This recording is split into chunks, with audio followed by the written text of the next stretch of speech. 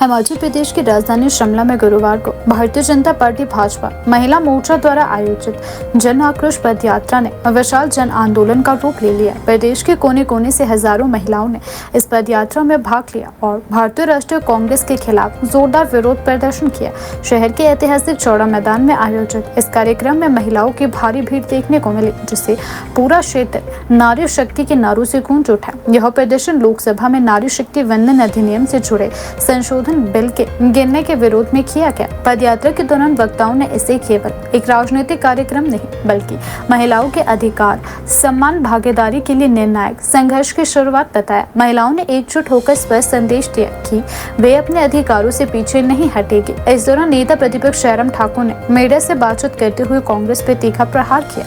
उन्होंने कहा कि महिला प्रदेश की नारी शक्ति का अपमान किसी भी सूरत में बर्दाश्त नहीं करेगा। जयराम ठाकुर ने कहा कि नारी शक्ति वंदन अधिनियम महिलाओं को पंचायत से लेकर संसद तक 33% आरक्षण देने की दिशा में एक ऐतिहासिक कदम था, लेकिन जिस तरह से इससे जुड़े संशोधन बिल को गिराया गया है वह महिलाओं के अधिकारों के साथ अन्याय है।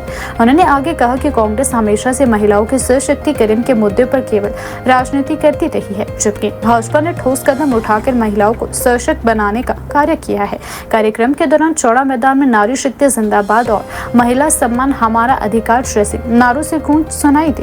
बड़ी संख्या में आई महिलाओं ने हाथों में तख्तियां लेकर अपने अधिकारों की मांग उठाई और केंद्र सरकार की योजनाओं के समर्थन में आवाज बुलंद की। भाजपा महिला मोर्चा के पदाधिकारियों ने इस पद यात्रा को सफल बनाने में अहम भूमिका निभाई है। उन्होंने कहा कि यह आंदोलन तब तक जारी रहेगा जब तक महिलाओं को उनका पूरा अधिकार नहीं मिल जाता। शिमला में आयोजित जन आक्रोश पद यात्रा ने यह स्पष्ट कर दिया है कि हिमाचल प्रदेश में महिलाएं अब राजनीतिक और सामाजिक स्तर पर अधिक सक्रिय भूमिका निभाने के लिए तैयार है। यह रैली न केवल वर्तमान राजनीतिक माहौल को प्रभावित कर सकती है बल्कि आने वाले समय में महिला सशक्तिकरण की दिशा में नई बहस को भी जन्म दे सकती है। मेरी मातृशक्ति यहाँ पर उपस्थित है। अब वो समय आने वाला है जब हमें अपना हक मांगना है, जो हमारा हक है, जिस प्रकार यहाँ से कहा गया, सादा हक ऐथे रख। मैं सभी महिलाओं को कहना चाहूंगी, हमारा हक है जो कांग्रेस सरकार हमेशा छीनती है, चली आई है, छीनती चली आई है। सादा हक, सादा हक। ज्यादा ना कहते हुए हमारे बीच हमारे सभी गणमान्य मुख्य अतिथि यहाँ पर पहुँच गए हैं। आप सभी का दिल की गहराइयों से बहुत बहुत धन्यवाद। जय हिंद, जय भारत, जय हिमाचल।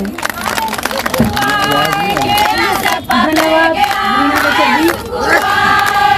आज शिमला के इस चौड़ा मैदान में देखिए, महिलाओं को आरक्षण देने के लिए सभी पार्टियां बातें तो करती रही, लेकिन सही मायने में आरक्षण मिलना चाहिए, बिना देर के मिलना चाहिए, जल्दी मिलना चाहिए। ये अगर प्रयास किसी ने किया, हमारे देश के प्रधानमंत्री नरेंद्र मोदी ने 2023 में बिल पारित किया लोकसभा में, राज्यसभा में। अब इस बिल को लंबे समय तक पारित करके रखना ये उचित नहीं, इसको लागू करना है। और लागू करने के लिए 16, 17, 18 अप्रैल को जो विशेष सत्र लोकसभा का राज्यसभा का बुलाया गया था, उसमें एक ही मंशा थी कि इस बिल को अब लागू करना है। लेकिन दुर्भाग्य है देश का, कांग्रेस ने उस बिल का विरोध किया। तर्क उनके तथ्यहीन थे, कोई आधार नहीं था, लेकिन विरोध करना था, सिर्फ विरोध करना था। और विरोध करने के साथ आपने देखा होगा विपक्ष के नेता ने जिस प्रकार से दादी की कहानी सुनाई लोकसभा के अंदर, विपक्ष के नेता ने राहुल गांधी ने जिस प्रकार से जादूगर की बातें कहानी सुनाई गई वहां पर, तो उसका मतलब है कि वो तरीका ढूंढ रहे थे कि किसी तरह से जो उस बिल को रोका जाए। और आखिरकार क्योंकि कॉन्स्टिट्यूशनल अमेंडमेंट थी, बिल पारित नहीं हो पाया।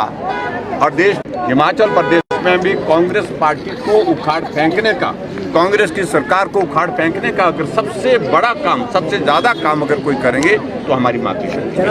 हिमाचल प्रदेश में भी 1500 रुपए के साथ साथ 10 गारंटियों की बात की गई। देखिए क्या स्टेटस है महिलाओं को? आज वही आप देख रहे हैं कि महिला आरक्षण का विरोध तो किया, लेकिन महिलाओं का परिहास उड़ाया इस बात को लेकर के 1500 रुपए आपको गारंटी दे करके 3.5 वर्ष का कार्यकाल बीत गया, लेकिन अभी तक भी वो 1500 रुपए नहीं दिए गए। इससे बड़ा अपमान कोई हो नहीं सकता।